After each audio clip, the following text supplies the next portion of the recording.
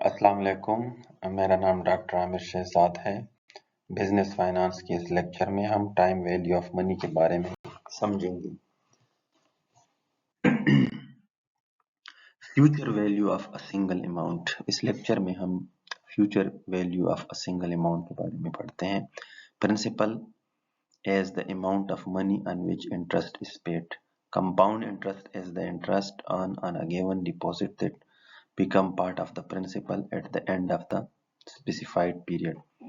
अब future value जो है the value at a given future date of an amount placed on deposit today and earning interest at the specified rate found by applying compound interest over a specified period of time. So number of period the money is left on deposit or equation of future value at the end of the periods और present value initial principal amounts और R जो है वो annual rate of returns। ये formula जो है उसमें ये टर्मिनोलॉजी यूज होंगी। तो ये future value is equal to present value multiplied by 1 plus R into N। R जो है annual rate of return और N जो है number of period the money is left on deposit। अब एक एग्जांपल को देखते हैं। ये एग्जांपल है if Fred Moreno places $100 in a saving account paying 8% interest compound annually at the end of 1 year how much he will have। So अब हम इसको जो फ्यूचर वैल्यू है वो देखते हैं कि अगर मोरिनो जो है वो $100 अकाउंट में रखते हैं और 8% कंपाउंड इंटरेस्ट के साथ 1 साल बाद उसके पास कितने पैसे होने चाहिए। तो $100 प्रेजेंट वैल्यू है मल्टीप्लाई बाय 1 प्लस 0.08% जो है इंटरेस्ट रेट है एनुअली और एन पीरियड ऑफ टाइम जो है वो 1 है। तो इसकी मतलब है कि वो नहीं है, जरूरत नहीं है। तो 108 जो है टोटल अमाउंट फ्यूचर वैल्यू बन गई। 100 की जो डॉलर्स हैं सेविंग अकाउंट में अगर हम उसको कंपाउंड एनुअली रखते हैं इस अकाउंट में तो 8% इंटरेस्ट के साथ 108 डॉलर जो है वो बनेंगे। Using table and calculations, table A provide value for the future value interest factor which simplify the process of calculating in equations. तो जो कैलकुलेशन है उसको हम टेबल में देखते हैं। 100 मल्टीप्लाई बाय 1.08 और दोबारा जो है वो फैक्टर भी आप मल्टीप्लाई करते हैं तो दोबारा 100 मल्टीप्लाई बाय 1.08 तो टोटल $108 जो है वो बन गए। तो present value of a single amount जो है वो भी हम देखते हैं। Present value is the current dollar of value of future amount of money. तो it is based on the idea that a dollar today is worth more than a dollar tomorrow. It is the amount today that must be invested at a given rate to reach future amount. Calculating present value is also known as discounting. So अब discounting जो है ना हम present value का करते हैं। The discounting rate is often also referred to as a opportunity cost. The discount rate, the required rate, return or the cost of capital। तो present value जो है वो future value जो होती है divided by 1 plus R into N period of time। So ये आप देख लें टेबल में भी हम देख सकते हैं कि किस तरह फैक्टर के साथ हम कैलकुलेट करते हैं। एग्जांपल में Paul Shorter has an opportunity to receive $300 1 year from now. If he can earn 6% on his investment, what is the most he should pay now for this opportunity? तो अब देखते हैं सोल्यूशन में present value जो है ना वो हम मालूम करते हैं।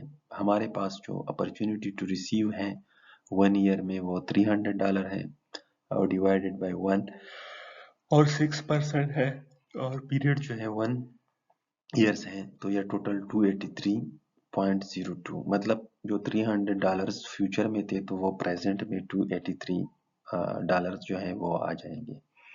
तो putting the value in formula above और using the present value interest factor table PVS calculated as. तो ये जो अब एग्जांपल है इसको हम अगर आपको समझ सही नहीं आती तो आप जो है ना कमेंट्स में या लाइव जो सेशन है उसी में आप पूछ सकते हैं। तो टेबल में चेक कर लें $300 मल्टीप्लाई बाय फैक्टर्स तो वो भी टोटल 283.02 आता है। तो फैक्टर को 300 के साथ मल्टीप्लाई करें तो वो अमाउंट आ जाती है। आगे हम एन्युटीज को देखते हैं। An annuity is a stream of equal annual cash flow either inflow और outflow. There are two basic type of annuities. तो एन्युटीज जो हैं वो कैश फ्लो इनफ्लो और आउटफ्लो हो सकते हैं और टू टाइप्स के हैं। एक को ऑर्डिनरी एन्युटी कहते हैं और एक को एन्युटी ड्यू कहते हैं। ऑर्डिनरी जो है वो cash flow that occur at the end of each period. तो एंड ऑफ ईच पीरियड जो है ना वो आ जाते हैं। और ड्यू जो है cash flow that occur at the beginning of each period. तो वो बिगिनिंग ऑफ पीरियड जो है ना उसी में जाते हैं। आगे टेबल में इसकी समझ आ जाएगी। An annuity due will also be greater than an otherwise equivalent ordinary annuity because interest will compound for an additional period। जो annuity due है ना वो उसकी अमाउंट ज्यादा होगी क्योंकि उसकी जो कंपाउंडिंग है वो एडिशनल पीरियड पे हो जाता है। अब Fran Abram is evaluating two annuity, both are 5 year, $1,000 annuity। Annuity A is an ordinary annuity and annuity B is in annuity due। To better understand the difference between these annuity, she has listed their cash flow in a table। Note that the amount of each annuity total $5,000। The two annuity differ only in timing of their cash flow। The cash flow are received sooner with the annuity due than the ordinary annuity। अब same amount है, same time period है, लेकिन एक annuity due है और एक जो है एन्युटी ऑर्डिनरी है। तो अब ऑर्डिनरी जो है ये चेक कर ले, देखिए पहले जो ईयर्स हैं उसमें एन्युटी ऑर्डिनरी 0 है, लेकिन जो लास्ट 5 ईयर है उसमें 1000 है। और एन्युटी ड्यू जो है उसी में आप चेक कर ले, पहले से मतलब है कि $1000 है और लास्ट वाले में जो है 0 है। तो एन्युटी ड्यू की इस वजह से अमाउंट जो कैलकुलेशन है कंपाउंडेड इंटरेस्ट वो थोड़ी ज्यादा होगी as compare to ordinary.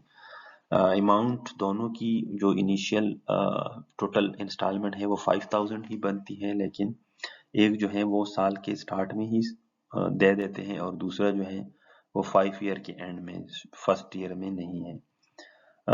Although the cash flow of both annuity in table total 5000, the annuity due would have a higher future value than the ordinary annuity because each of its 5 annual cash flow can earn interest for a 1 year more than each of the ordinary annuity cash flow।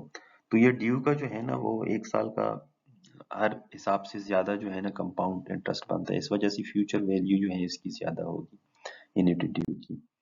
तो finding the future value of ordinary due, अब हम ordinary due और इनका जो है ना interest calculate करते हैं।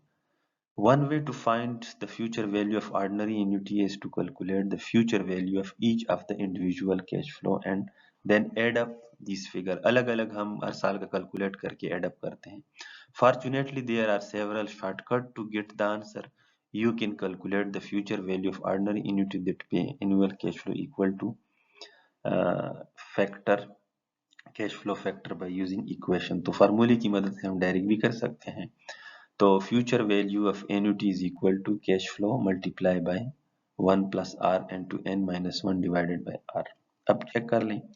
फ्रैन Abram wishes to determine how much money she will have at the end of 5 years if she choose annuity A, ordinary annuity।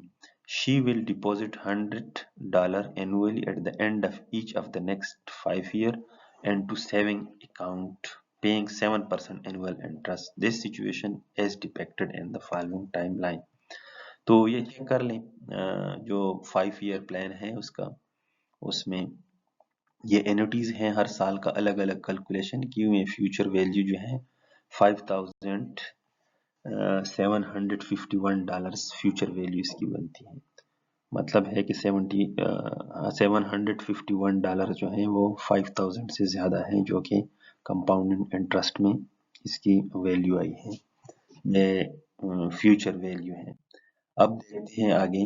As the figure to the end of 5 year Fran will have 5750.74 in her account। Note that because she deposit are made at the end of the year The first deposit will earn for 4 years, the second for a 3 years and so on. Plugging the relevant value into equation will have.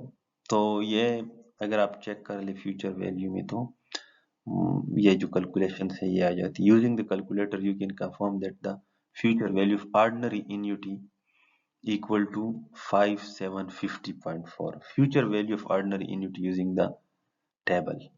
ये table से भी calculation की है तो वही amount आ जाता है.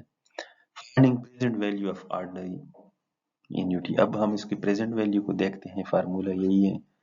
तो फार्मूले में ये जो है ना, bread and company small producer of plastic toy want to determine the most it should pay to purchase a particular ordinary annuity. The annuity consists of cash flow of $700 at the end of each of 5 years. The firm require annuity provide a minimum return of 8% interest. 8% interest के साथ अगर हम इसको देख लें, present value check कर लें, 700 जो है ना कैश फ्लो है 5 ईयर तक, और प्रेजेंट वैल्यू इसकी कैलकुलेट कर ले तो टोटल जो है ना 2794.90 प्रेजेंट वैल्यू बनती है. तो वो फार्मूले के थ्रू जो है ना आप कैलकुलेट कर सकते हैं, और अलग अलग फैक्टर्स जो हैं वो भी आप कैलकुलेट करके ऐड कर सकते हैं. ये कैश फ्लो है, प्रेजेंट वैल्यू कैलकुलेशंस है, प्रेजेंट वैल्यू है जो कि अलग अलग इसकी कैलकुलेशन. ईयर 1 में 700 कैश फ्लो था, तो 700 डिवाइडेड बाय 1 प्लस 0.08 तो 648 आ गया. अब जो दूसरा ईयर्स है, सेकंड ईयर में भी यही, थर्ड में भी यही, फोर्थ में भी यही, फिफ्थ में भी यही. तो ये टोटल जो है ना कैलकुलेट करके फिर एडअप किया है, प्रेजेंट वैल्यू आया है. और इसके अलावा ये फार्मूले के साथ भी करके यही आंसर आता है.